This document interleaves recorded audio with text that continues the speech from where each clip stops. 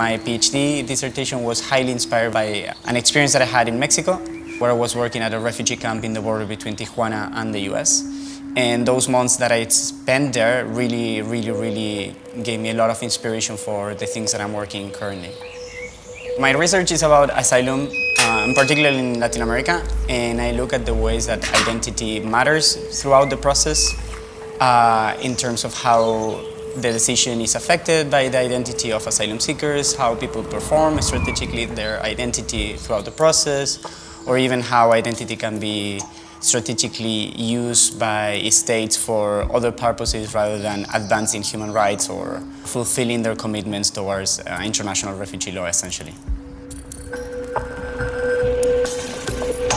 Identity matters a lot for the sake of how asylum works and what happens in asylum. So instead of being a very mechanistic, straightforward process that is very codified by international law,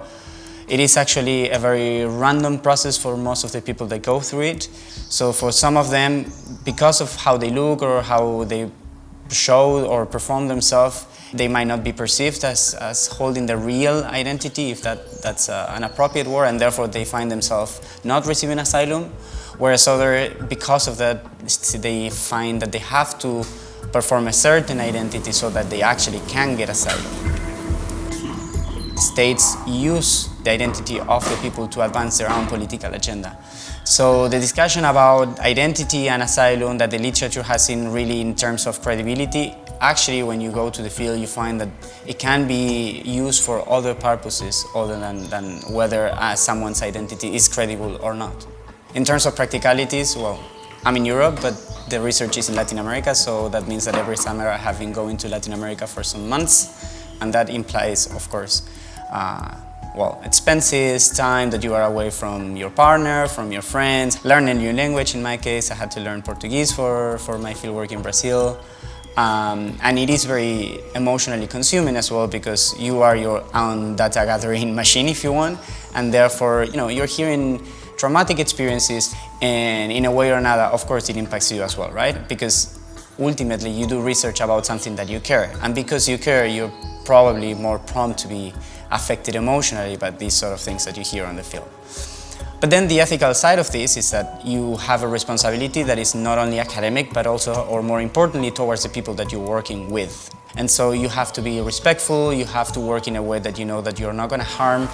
the honor of the people, the well-being of the people, mentally or physically, that you're going to be respectful with their stories because they're sharing something that is super deeply personal to them.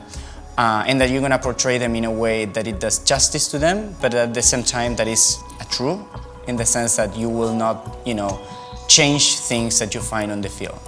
But in any case, you have to be very careful in how you show those details so that you still preserve their, for example, anonymity, their security, their safety, and the overall well-being.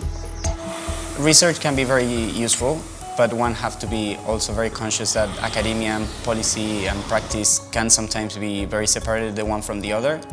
I do this type of research because I deeply care about the issue, and I do think that people have the right to migrate and to seek asylum, and they don't not only have the right to do so, but they also have the right to do it in a way that is ethical and in a way that it's cared.